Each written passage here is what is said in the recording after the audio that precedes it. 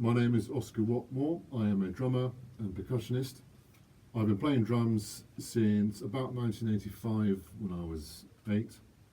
Before that it was always pots and pans and breaking my mum's wooden spoons and all that since I was tiny. I started gigging when I was 13. Started doing like jazz clubs and pubs and whatnot around the area, weddings and all that kind of stuff.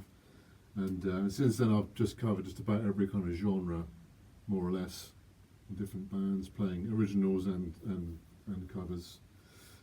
These days I am a drum teacher predominantly. I've been teaching since 1998.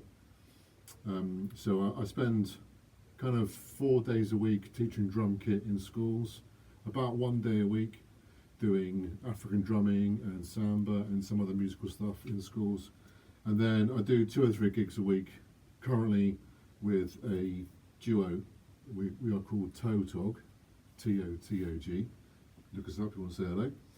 And I occasionally do, you know, depths and whatever, the usual kind of stuff. And I have been playing these Collision 5B sticks for coming up a month now.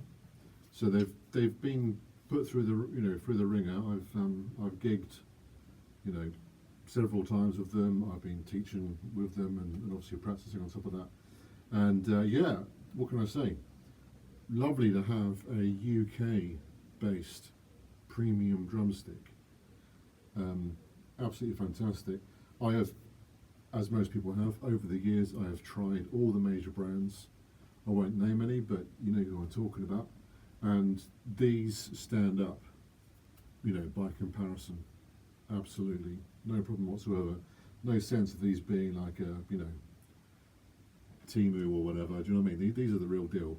And they have so far served me well, playing kind of rock, funk, pop, you know, whatever, jazz, all that stuff.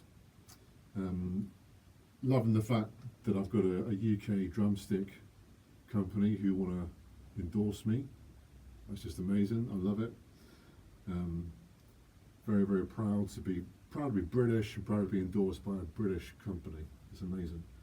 I'm going to be playing for you a cover and a bit of a remix that I've done of James Brown's Give It Up, Turn It Loose, which is one of my all-time favourites, especially the Clyde Stubblefield break towards the end. Just such an influential kind of 2 minutes of music, just amazing. So yeah, hope you enjoy it and maybe catch you another time. Hey, stop the beat. Hey, stop the beat.